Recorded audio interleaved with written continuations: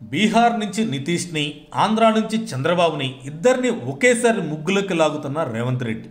మంచి నేర్పరి, మాటకారి, రాజకీయ చాణక్యం బాగా తెలిసిన ముఖ్యమంత్రి ఎవరైనా ఉన్నారు అంటే అది మన తెలంగాణ సీఎం రేవంత్ రెడ్డి. వారిలో లౌక్యం కూడా ఎక్కువే. సీఎం రేవంత్ రెడ్డి రాజకీయం చాలా ఆసక్తిగా ఉంటుంది.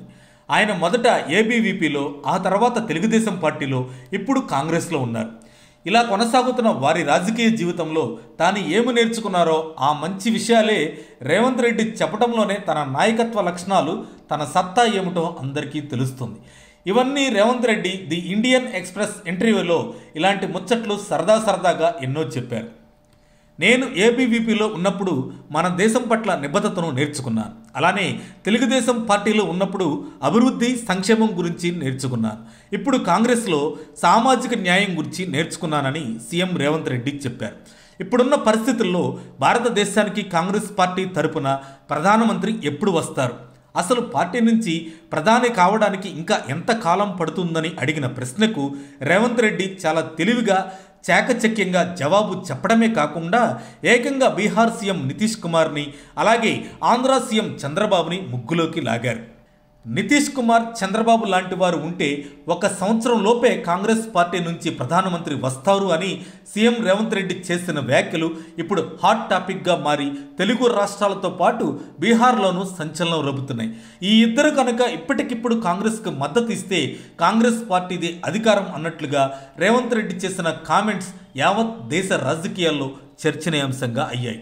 నిజంగా అఖిల భారత కాంగ్రెస్ పార్టీకి నితీష్ కుమార్, చంద్రబాబు మద్దతు ఇస్తారా, అలా ఇవ్వాలనే సీఎం రేవంత్ రెడ్డి కోరుకుంటున్నారా అన్న చర్చ దేశవ్యాప్తంగా జరుగుతుంది. నిజం చెప్పాలంటే రేవంత్ రెడ్డి అన్నారనే కాదు, అసలు ఈ ఇద్దరే ఎన్డీఏ కూటమికి 2 పిల్లర్లుగా ఉన్నారు. వారి మద్దతే లేకపోతే అధికారంలోకి రావడానికి బీజేపీకి సొంత బలం లేదని దేశం మొత్తం తెలుసు. అలాగే అధికారం నుంచి బీజేపీని దింపాలన్నా నితీష్ కుమార్, చంద్రబాబు నో సపోర్ట్ అన్న ఒక్క మాట చెబితే చాలు బీజేపీ కుప్పకూలిపోతుంది. అంటే కేంద్రంలోని బీజేపీ భవిష్యత్ అంతా వీరిరువురి మీదనే ఆధారపడి ఉంది అన్నమాట. ఈ విషయం దేశంలో ఉన్న అందరికీ తెలిసిందే. గమనించాల్సింది ఏమిటంటే సందర్భోచితంగా రేవంత్ రెడ్డి ఈ హాట్ కామెంట్స్ చేశారా, లేక నిజంగా అలాంటి ఆలోచనలు, ఆశలు ఇండియా కూటమిలో ఇప్పటికీ ఆరకుండా ఉన్నాయా అన్న డిస్కషన్స్ జరుగుతున్నాయి. కేంద్రంలో ఎన్డీఏ ప్రభుత్వం వచ్చి 6 నెలలు కాలేదు, కానీ ఏడాదిలోగా కాంగ్రెస్ ప్రధాని అని సీఎం రేవంత్ రెడ్డి అంటున్నారు. ఏది ఏమైనా సీఎం రేవంత్ రెడ్డి తన తెలివితేటలతో, రాజకీయ చాణక్యంతో చంద్రబాబు, నితీష్ కుమార్లను తన ముగ్గులోకి లాగేశారని అంటున్నారు రాజకీయ విశ్లేషకులు. రాబోయే రోజుల్లో కాంగ్రెస్ అధిష్టానం ఏమి నిర్ణయం తీసుకుంటుందో వేచి చూడాలి. మరి గురువు చంద్రబాబు దగ్గర శిష్యరికంతో రాజకీయ పాఠాలు అవపాసన పోసుకున్నాడు రేవంత్ రెడ్డి. గురువును మించిన శిష్యుడు రేవంత్ రెడ్డి అనే చెప్పాలి. ఎందుకంటే తన వాగ్దాటి, మాటకు మాట, ఎత్తుకు పై ఎత్తులు వేయటంలో రేవంత్ రెడ్డి తర్వాతే ఎవరైనా. రాజకీయాల్లో ఒక మిసైల్ లాంటి వాడు రేవంత్ రెడ్డి అని చెప్పడంలో ఏమాత్రం సందేహం లేదు.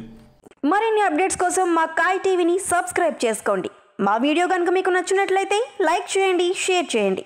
మీ విలువైన అభిప్రాయాలను కామెంట్ బాక్స్లో తెలియజేయండి.